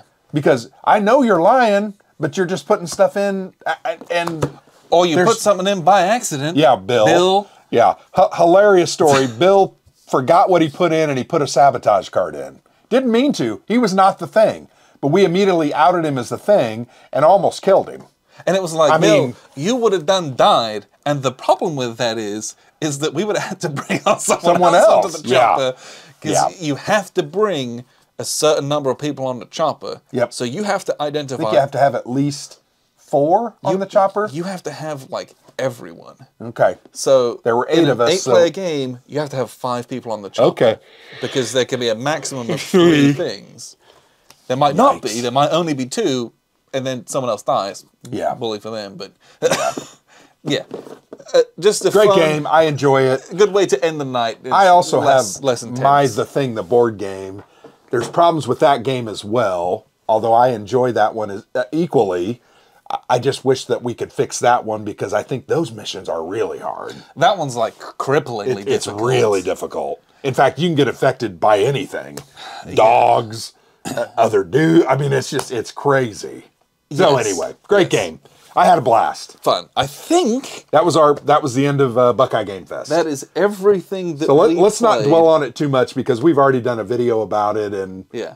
But I'm pretty sure that's everything we yep. So what are we going to play in the month of May? played. Okay. You got to pull the games from up there. Yeah, so over let's there. start here. Month of May, Here, this goes away. we're going to play All Bridges Burning. Guess what? It's the middle of May. Already played. A friend of ours, Mike, is coming into town, and we're going to play this 3-player coin game with him. We played this one ages ago when it first came out. It has since had like a little patch fix on it. Errata. and, Yep. We've got all of that set up, and we played it. So this is coming up. The game's just good, but it's coming up. And I would say this is one of the more unique entries in the series It feels very different from the because others. it flips things on top of its head, and Yes. it's good to have your guys exposed. Yeah, you want your versus guys, not underground. 'cause- It's just 'cause they're insane. like active. Yep, and they then can do do things. stuff, and then Yeah. it's like kind of a real war game. Yeah, there's some fighting. which is very, very different, very Yeah. interesting. You're gonna have to grab the whole stack. Sure. So we'll talk about these a little bit. So Traces of War from VUCA Simulations. Yep. This is part of the Red It Box series, uses the Red Box series system. which we played a Victory Awaits 6 months ago. Yes. Loved it. So I know the system. Are we gonna have to get some Shostakovich out, or is this some other front? No, this is We gotta this find is Kursk. Okay, so we got to find some appropriate curse. After the Battle of Kursk from August 43 to 44, Okay. major Soviet offensive is launched. We'll find something, I'm sure. But yeah, Yeah. it's the system that's designed by Tetsuya Nakamura. Yeah. Light war game. While looks you're talking about it, gorgeous. this map, these maps, and there's That's like canvas, three. right? It's like a canvas thick paper. It's insane. This is like one of the best looking little war game maps. It's incredible. Yeah, this is like a. This is I don't a- even know how to describe it. So this is a linen finish paper, but that has It's like insane. a smooth sheen on it. And That's not glossy. Look at the detail on that. I've seen a lot of great looking war game maps. This is really And great. there's pre-rounded counters. Yeah, it's beautiful. You know the rules are going to be easy Yep. because it's the red box system. So we're definitely going to play that this month, We've been talking about this one for a while, and we're going to play it. and it will finally get to the table. Yep. Inferno from GMT, Guelphs and Ghibellines. This is Upside Down for anyone who's interested. This is I'm going to have to take games away from you. I can't. That's fine. I can't take it. Volume 3 in the Levian campaign series. Looks wonderful. This one introduces treachery And very much and looking rebellion and forward stuff into it. to how that changes the game. Yeah, you can Where never, I can take your lord from you. you and can never take trust mine. the guys Yeah. that you have. That sounds fantastic. Very Sekigahara, very Yeah. that kind of a thing, which is interesting. So yes, this will get played finally. Yep. And then the other thing that I will be doing, slash I'm already in the middle of, is Andy and Abyss Pax Pami. So, Rally the Troops is a website where I can't remember what the guy's name is, but his handle is like Tor, T-O-R, and he has made this website that has a few war games on it, and it is like, imagine like the nicest Vassal mods you've played, and it's that, but much, much better and nicer. So he's got Andy and Abyss on there, just released in beta earlier in the month. I have already played a full game of it once. I played a solo game once, and I'm currently in 6 ongoing asynchronous games. So this How might do you be, keep things straight? you just kind of do. Okay. Like you open a game and you just kind of reassess where you are. Right. And then Yikes. that's the thing with Coin is it's like, it's pretty easy to assess the game state. So I have this is going to end up being like my most played game of the year very quickly, very easily. I desperately hope that like GMT pays this man to make more mods for this or like something because dude, So how does he make money on Rally the Troops? I don't know if he does. Okay.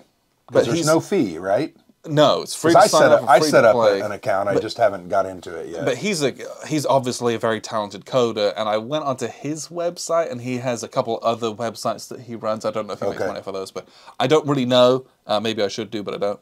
But this Andy and Abyss implementation is stellar. It is seamless to play. It's really good. And then I also played in a game of Pax Premier on there. Got absolutely hosed. It was great. But it was fun to kind of get That's how back you to know the that. game's good. When you get crushed, you don't even care. Oh yeah. Because it's just fun. And it was like embarrassing how badly we got destroyed. Did they kick you out and not allow you to come back? It was Russ. Russ had like 11 victory points and I had 1. Oh, great. And then I think the next person had like 3. I think Russ has I don't probably played that about 40 times. He has. He was Yeah. shocking people. It was great. But yeah, Yeah.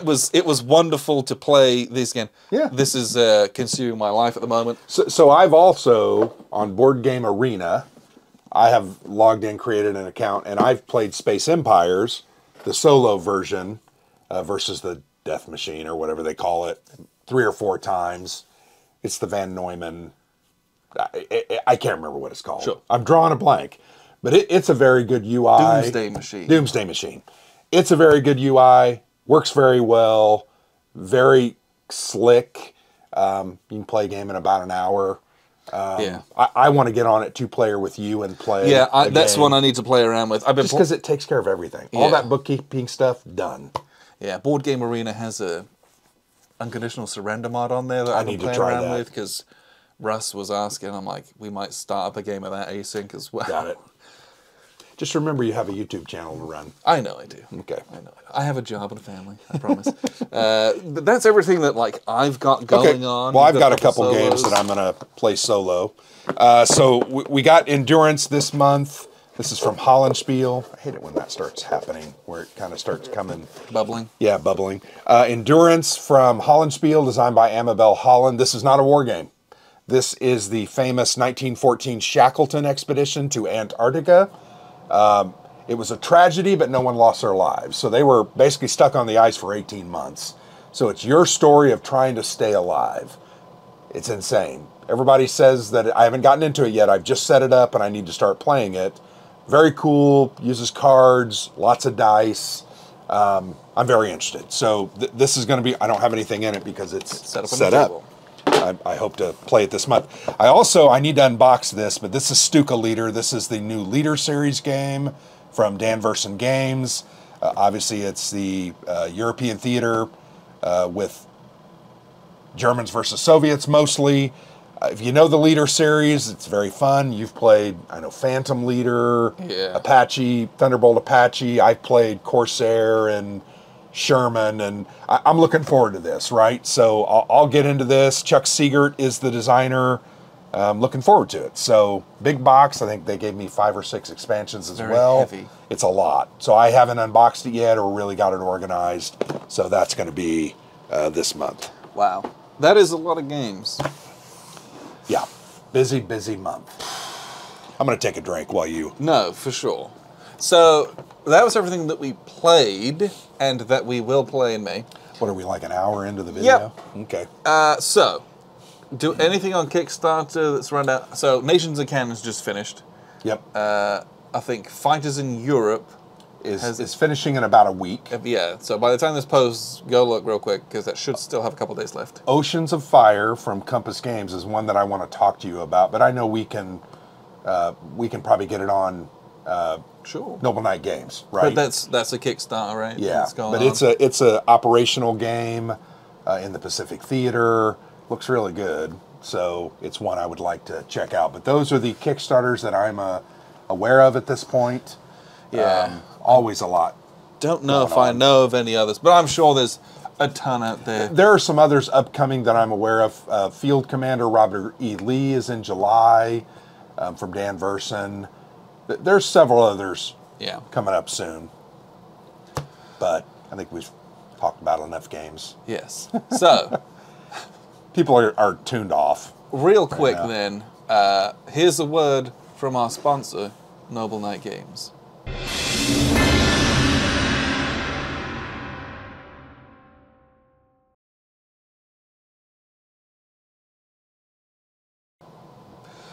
So, very appreciative of Noble Knight Games sponsoring us.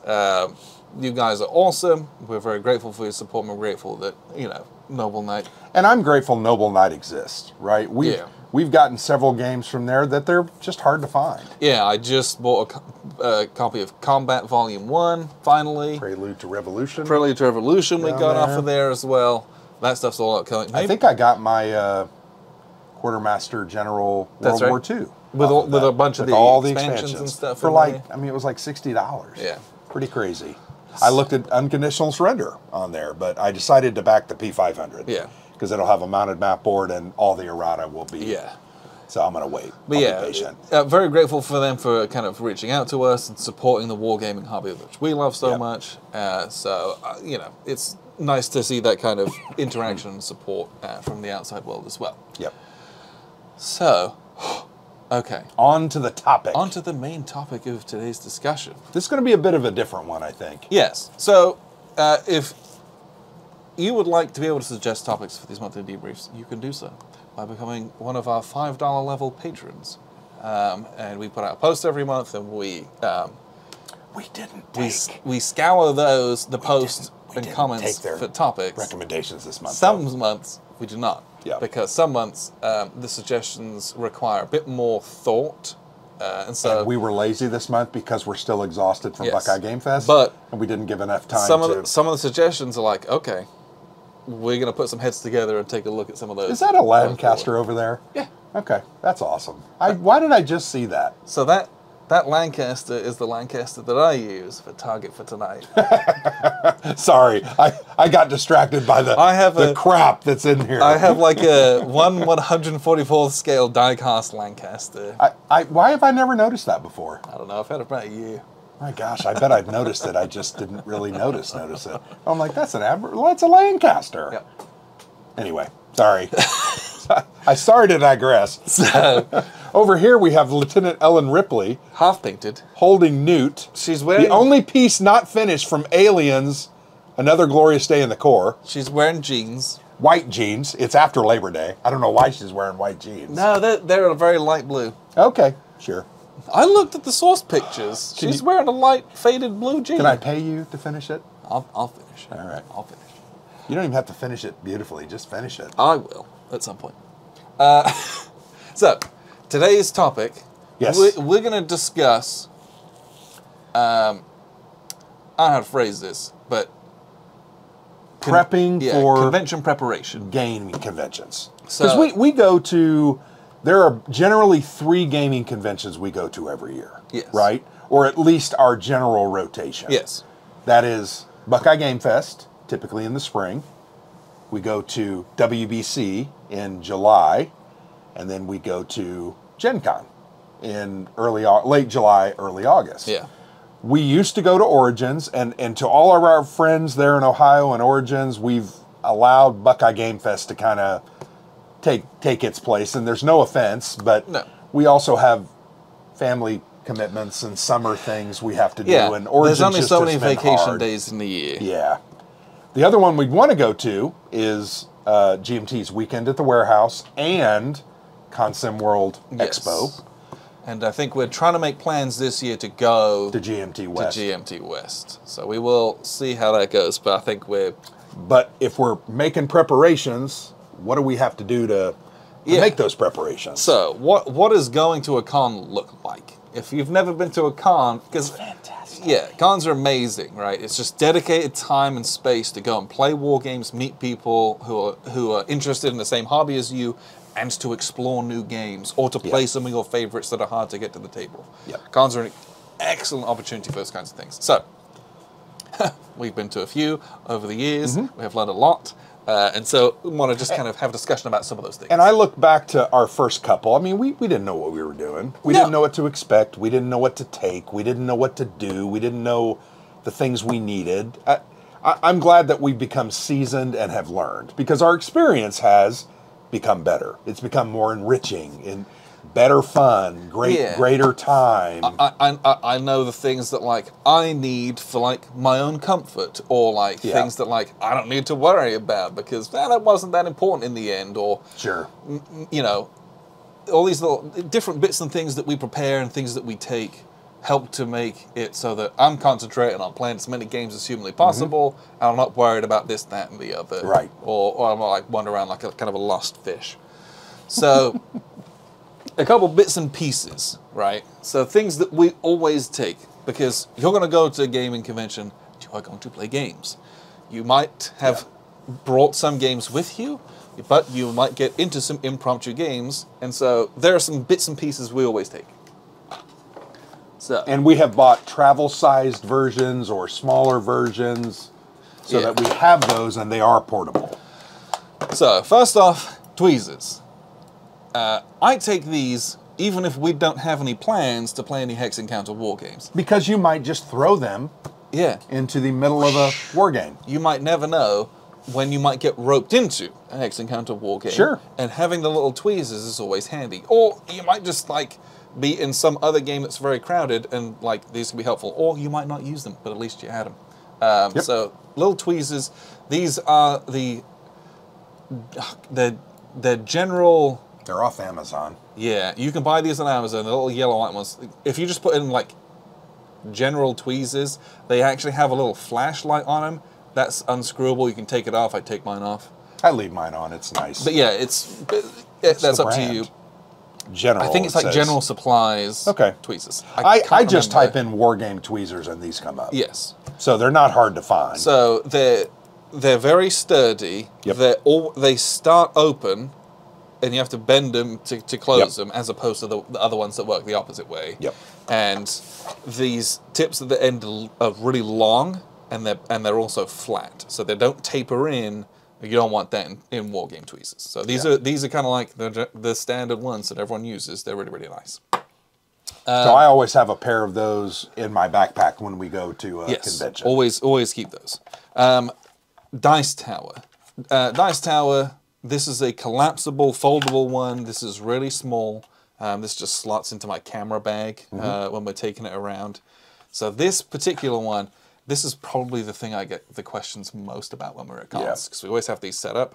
These are tiny little things, and they roll the dice perfectly well enough. And they make some cool sounds as well. Yes, so this is from a company called C4 Labs. They have a website. This is the smallest collapsible size that these have a screw on them. The bigger ones, it's just like, you just put it in, which I hate. Yeah. Because then you're going to knock it over, and that's going to be a disaster. So I think these are the smallest ones that they have. I want to say it was $35 or $40. Yeah. We bought these I a own while one as ago, well. so they were a bit cheaper back then. Yep. I think, did we buy one of these at a convention? I think we So bought them. I bought mine at Gen Con. I think I bought mine at WBC, Yeah. and then you bought yours a week later at Yep, Gen Con. at Is that what Gen it Con. was? Yep. But yeah, you can buy these at conventions typically, Or you can go on their website. or you can go on their website and just pay They have the a shipping. bunch of different kinds. But yeah, these are really good. Helps to keep all the dice contained, so you're not Yep. spilling all over your Hex Encounter war games, knocking everything over. I don't know how we would play games at these conventions without these little dice towers. Even They're at just home so nice. here on my little table, we use 'em. It keeps the dice contained to this little Yep. footprint, right? Yeah. And that works really well. A different option that you have are these collapsible dice trays. This one's from MDG, Metallic Dice Games. These just have clips in the corner. This takes a bit bigger footprint, but this is felt, so it rolls very quietly. Yep. And this also collapses, so you can just Yep. slide this into a game box or into your little book bag. So this is also a very convenient thing. I see a lot of people with this kind of thing. And MDG is Metallic Dice Games. They're out of Fort Wayne, Indiana. Yes. We have a, what do you call that? An affiliate agreement with yes. them. So- If you use the code TPA... TPA 10, is it? TPA Dice. TPA Dice. TPA DICE. You'll get 10% off. Yes. Any, regardless Yeah, of what you dice, dice towers, other accessories. They have a great little website. We have a ton of their dice. Yeah. We have metal dice. We have acrylic dice, colored dice. I mean, they do a good job. So Yes. And these are really nice, kind of like leatherette on the back. I have a couple of those. Yeah, I got a couple. I use my dice tower more than I do those. but- Yeah, I use this for role-playing games more than okay. anything else, Sure. because I don't like rolling metal dice in my tower. Right. But Kind yeah, of destroys it. this is also a good alternative for that. Yep. But putting that in your backpack and having that is very easy. Yeah, just whip it out. Yep. Done. Another thing that we use, now you might find less use for this, are these little acrylic standees. So we use this obviously for like events. signage, for events that we're running, or just like if we walk away from a game, it's like, hey, this is what this is, because people Yep. are constantly like nosing around asking, and having a little bit of information can help. But you might use this for a little display thing that says like, hey, I'm looking for players for this game. Want to play this game? You're- 4 players. You're going to set up Time of Crisis. You've got 2 of you. You see, just get a piece of paper and a pen. Need 2 players. Boop. Yep. That is going to draw so much more attention than you just like bobbing around, like Yeah. trying to ask the people who are nearby. And you might say like, hey, we're going to play at this time. Yep. Let me know if you're interested, kind of thing. I actually really liked using these this year. We had a couple of them up for events, but also we had our war game giveaway, Yes. and that was kind of cool. So So, you know. definitely draws attention when you put a nice sign like this in an acrylic thing, put it at the end of your game, already set up, you're going to draw people. Yes. It's like fishing, right? I mean, you're trying to attract someone's gaze, and then when they get in, This is you your bait. Snap them up. This is the bait. So. Yeah. So something like that, that's really helpful and useful. You know, it doesn't have to be quite so big. You can get all sorts of different sized ones. How much were these? This was a 3-pack, Okay, and I want to say $30. it was much less than Less that. than that. It was either like $16 or it was like $20. Okay. I don't remember offhand, but Yeah. you can get different styles, different Okay. sizes, and go as cheap or as expensive as you want. Those are really, really nice. Something else that we take is some form of plexi, typically. We forgot at Bucket Game Fest. Which is hilarious. But someone luckily we had to borrow someone else's. Yeah. So, piece of plexi, if you're going to take paper maps at least. If you're taking mounted maps, that's much less of a deal. But what I wanted to show you was this specific one. We've all got pieces of plexi acrylic kicking around. This, however, is an Ultra Pro poster sleeve. And so this is sealed on 3 sides, and it opens just like a top-loading baseball card holder. And so you can slip... Can you imagine the baseball card that... Right. Hey, look, it's my Ken Griffey rookie card. Sure. Sorry. I'm sure that's a person. Ken Griffey Jr. Yeah. He played on the Reds, the Seattle Mariners. But Great guy. you're gonna slide your map into this, Yep. and then you can put your counters on top of it. Yep. And that's really good because if you're gonna be carrying a piece of plexi to and from your hotel room. It's heavy. This is not heavy. You may as well put your paper map in here, and you can slide. This one's really big. This is on Amazon. I paid, I don't know, a lot of money for this. I want to say I paid like $35. Oh, wow. And we've used this several times. Yes. And it's a bit pricey, but and they're never in stock. That's the problem. Yeah. When these are in stock, you can get them for cheap. Don't pay when it's like $35, $45. Just don't do it. Just wait till they get another shipment in. They got 100,000 of them. But because collectors use these, you got to get them when they're available. For their uber oversized baseball cards. Yeah, or they're doing it for signed movie posters and stuff. No, I get it. But this is good because you can carry your play aids and your map kind of already half set up already. Yeah. You just whip it out, and then here's the thing: when you knock this, the map goes with it. So it's much harder to spill this than it is, knocking a piece of plexi over. You're like, oh crap, I got to rearrange it. It was funny when we were playing Unconditional Surrender. The 2 pieces of plexi we had on the 2 maps were having a little bit of trouble, and they would slide ever so slightly. Yeah. This doesn't slide because the whole thing slides, right? Now, the only kind of caveat to this one is that you can't really do a 2-mapper with this. No, this is for one mapper. For one map. And it's because it has this sealed kind of border that's a good 5 millimeters, and then you'd have 5 millimeters on the next one, and it would just be, that's no good. But if you've got a 1-mapper with some play aids, this is a really good solution because you can even carry 4 or 5 maps in here and just kind of have them stacked and whip them around.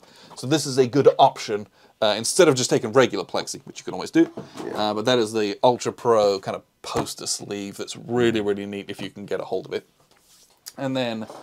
What wargamer shouldn't be carrying their custom dice around? Okay, this is overkill. I understand that. I have about 1/3 the number of dice that he does. But these are cool dice. I mean, it's a cool carrier. So yeah, we take all these dice that I have in this little tool/fishing tackle box, and these are all of our custom nation dice. For a lot of it's World War II stuff, but some of it's I mean, look at these U.S. 101st Airborne.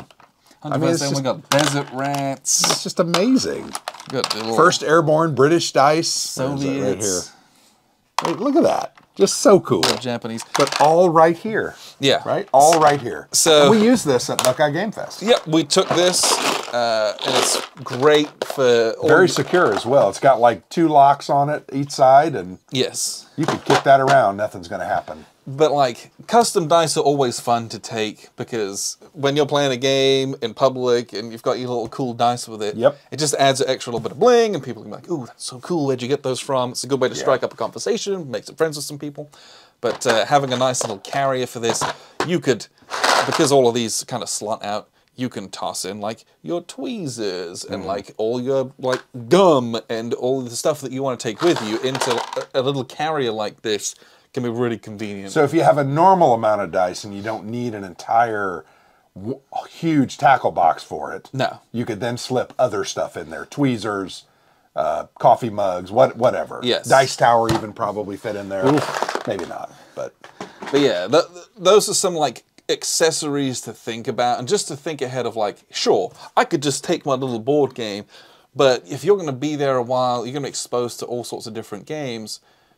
Having those extra little levels of like having like a solid travel dice tower, having some kind of a carry system Yep. for all your bits and pieces, that's going to help you.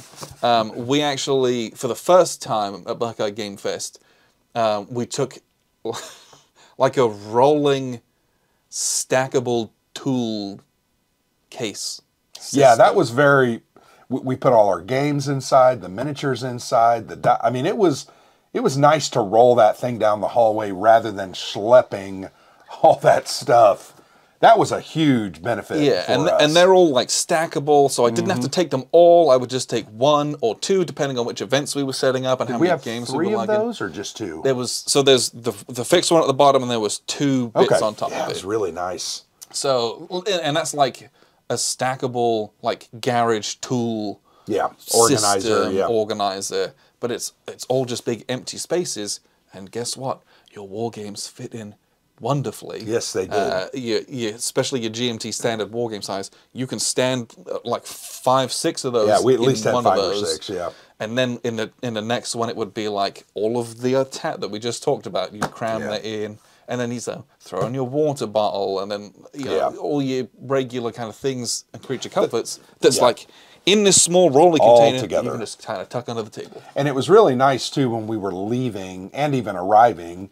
You stacked all those, locked them together, and we put it right on that rolling cart. Man, that was to put all that stuff on there would have been A pain. a pain in the tush. And that's what we've done at every convention before. that was really nice. And there's nothing quite like in the 95-degree heat of Pennsylvania. Yeah. After a week's worth of gaming, stacking a bunch of heavy crap. Yeah. And then hauling out to the car and just sweating your guts out on a Sunday morning. Well, and then at WBC, we're going to have a big cooler because we always take sandwich food and drinks and water because we don't want to pay all that money for the. So I look at a lot of the conventions we've gone to. Sure, you can show up and you can spend $4 buying a water bottle at their little convenience store. But we think ahead a little bit. We took some snacks. We took some sodas. We took some chips. We took some popcorn. You know, things that we could take down to the games with us. Because I didn't want to be spending $7 to get a candy bar and a soda. I don't need to spend $17 on aspirin. Which I did because I didn't bring aspirin. I got interrupted. We left earlier than I expected, and I didn't take My everything. fault. Yeah. But like that's one of the things about conventions. When you go to a convention, it's typically like in a big convention center and or hotel, or it is like in some larger space that is somewhat isolated from things. And so planning ahead is key. Now, part of us planning ahead started because when we started doing this, we just try to be cheap. Yeah. Right? So like, hey, I want to save a bit of money. So I'm gonna like take some of my own food for like lunches, or like I'm trying and to we do still this. do that. Yeah, and I think that's valuable, right? If you want to go and spend $17 on 12 aspirin, go for it. I still have those aspirin. You better do. Those are gonna last the rest of your life. They're in my wargaming bag. So when I go to the conventions, I'll have them. But so when we go to WBC, and I think going forward in Buckeye Game Fest as well, we take a big old cooler of food. Yep. And we stick it in the little hotel mini fridge, or leave it in the cooler with some and put ice cooler in it bags. as needed. Because that's the other part of gaming that I find exhausting. Is like we sit there and we're going to learn games, we're going to teach games. That's mentally quite taxing to do that. 18 hours a day for 5 days in a row. But then on top of that, to just like constantly be eating out. Yeah.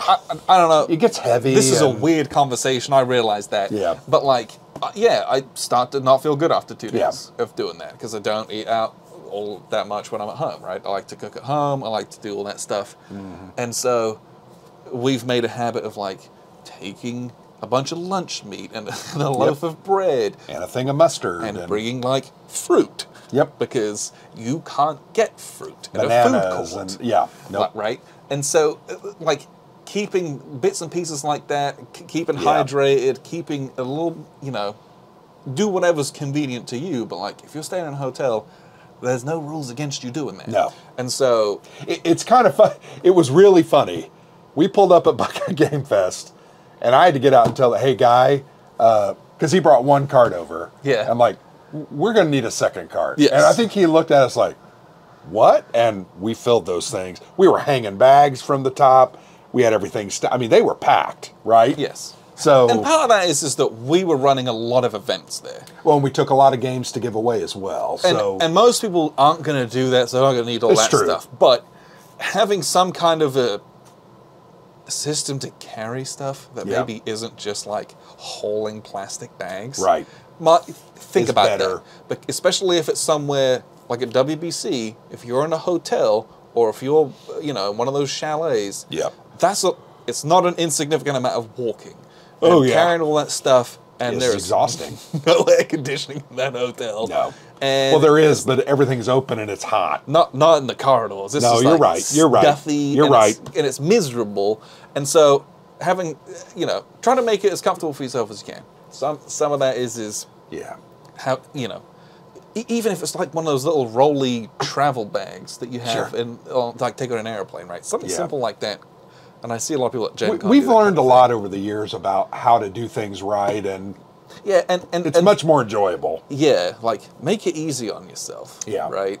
And some of that is taking some lunches instead of like going out to the food court every And freaking spending meal. $18 on crap. Yeah, like Everything was like so at WBC, expensive. we go back to the hotel room, make a little cold cut sandwich, and freaking lie down for 45 minutes. And it's like, glorious. Turn the AC up high. Take a Yep. break. You don't We gotta even took a nap that one. I think I took a 30-minute nap. and there's merit to that. Like, Oh, yeah. you'll be excited at some of your first games and at conventions, and it's like, oh, I want to go and do everything all Yeah. the time. And your first convention's totally fine, right? Yeah, yeah. But the more you do, the more you're like, it can get taxing. So And I like, would just say- take care of yourself. I would say at Buckeye Game Fest, we overdid it. Yes, I agree. We frankly left the room every morning at 7:45, went to breakfast, and then gamed all day until 11:30. Yeah, with a break for lunch and a Yep. break for dinner. And then we would schlep it up to the room. We were up till 12:30, and then it all started again. It was too much, right? I felt like that final night on Saturday, my brain was dead, yeah. and we stopped playing the thing at about 8:30, and I was like, I'm done. I feel bad because I Jordan had his felt chaos order set terribly up. bad. I could not think No. at that point.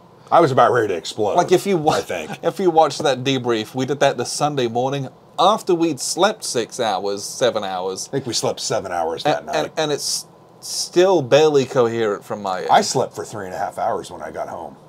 I literally came home, unpacked. I think I did too. Paisley cooked some dinner, and it was about 4:30. I went to bed till 7:30. I think I like had a bit of a nap and then like I made it to probably about 9 p.m. Got which it. is And then I was in bed about 9 I'm again. Yep. dead and it was gone. The other thing I want to say about going to conventions, I think the most benefit will be gained if you do a little pre-planning on what games you want to play. Yes. Make a list. I'm a big list person, right? I go on Microsoft Notes and I'm like, okay, I want to play this, and this. And I put about 10 games down.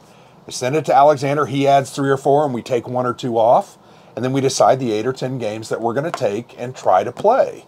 There's nothing wrong with taking more games than you're going to play, but I also would encourage you, do things like go make a geek list, Yes. right, for Buckeye Game Fest or WBC, and put on there, I'm interested in these 4 games, I need 4 players, we're going to do it on Thursday from 3 to 6, and put yourself out there. You'll be amazed how many people sign up.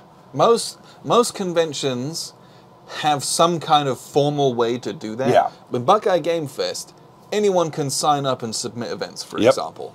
Like, you can go and do that, and you can submit at this time slot, I want to play Time of Crisis, I got 3 hours. 3 tickets. Yep. And people will get those tickets. And, they and you will may play. not always get a full game, but then you can hunt around the war room for 15 minutes and you're going to find someone. Yeah, you can Someone's going to harangue want to someone play. to play. I just think a lot of people go to these conventions and they go without any thought about what they want to play and who they want to play with.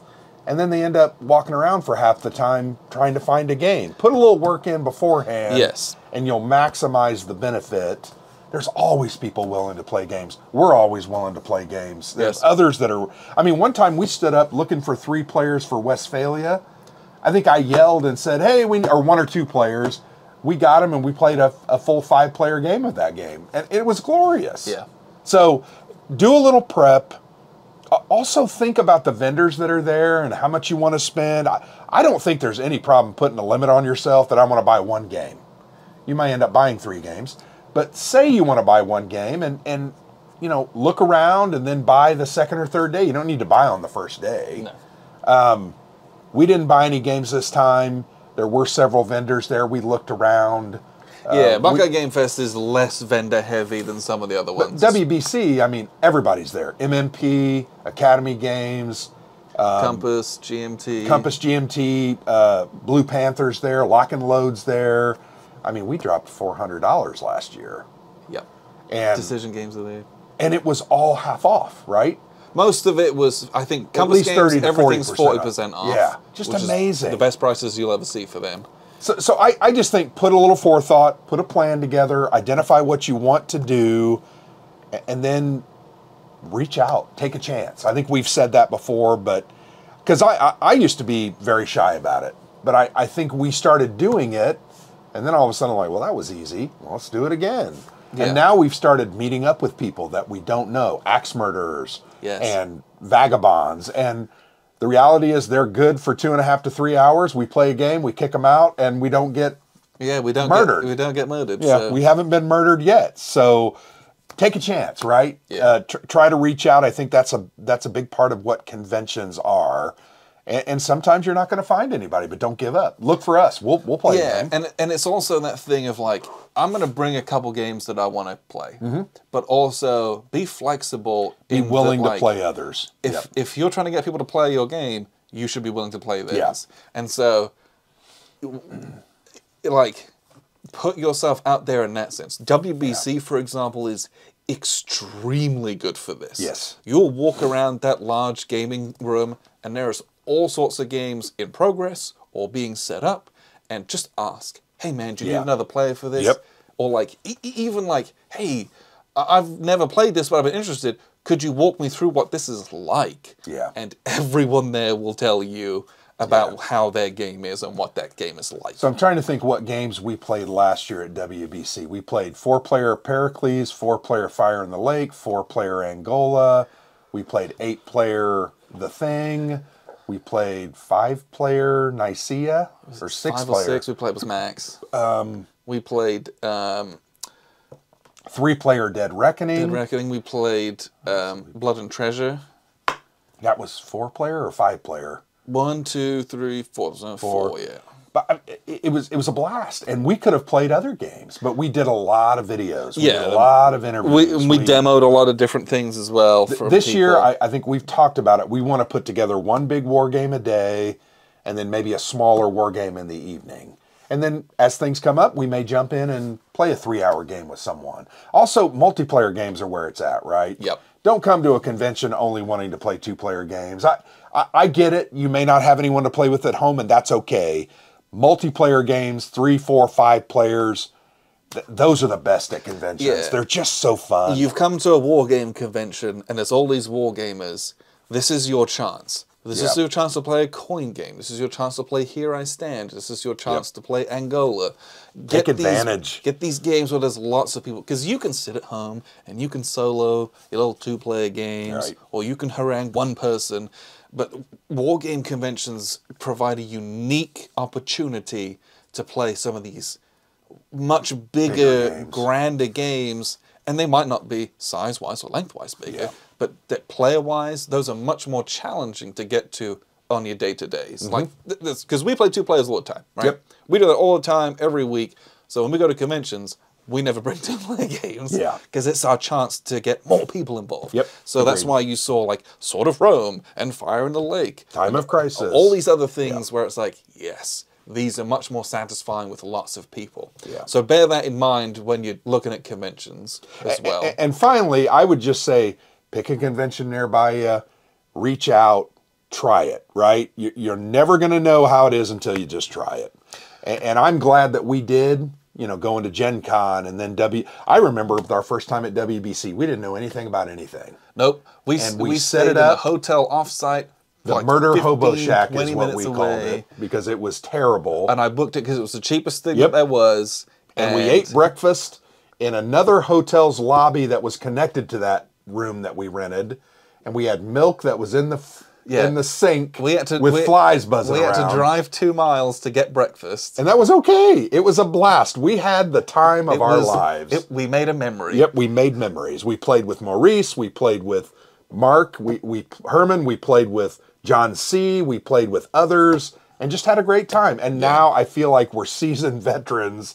And it's like we plan so well that we know what we're doing, when we're doing it, and it goes awesome. Yeah. And I look forward to it. But yeah, I think the most important thing is just to buy your tickets. Yeah. Make a plan. Go and do it. And look us up. We'll be there. Yeah, if it's somewhere where we're going to be, come say hi, and we will play a game, I guarantee it. Yep. But there will be something near you. And near is relative, right? But we travel 6 hours for WBC. We drive, right? It's a far Buckeye Game Fest, 2.5 hours. I mean, Gen Con's 20 minutes outside our back door. But Gen Con's a little bit different, right? But there's always a convention near somebody. Yes. At least within an hour or two. Yeah. So look for them, go, take a risk. We'd love to see you there. We're going to continue to go to our 3 or 4 a year and have a blast. I love it. So yeah, love it. Let us know what your kind of convention hacks and things that you prepare for are. Any advice that you have. Deodorant. Take a shower. Wear deodorant. Bring multiple pairs of pants and shirts. Don't wear the same stuff.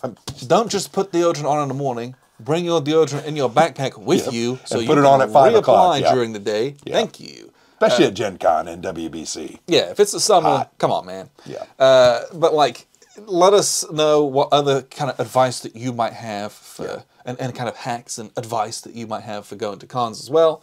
But I love going to conventions, love wargaming. We have played an ungodly amount of war games in the last 2 months. We have. And we have a lot more coming up, and I look forward to WBC. It's only about 3 months away. Yep. And it's going to be followed by Gen Con. An absolutely insane time. And hopefully we get into GMT Weekend at the Warehouse in the fall as well. Yeah. That would be amazing. Yep. So All right. Appreciate you very much for tuning in. I've been Alexander for theplayers8.com. And I'm Grant.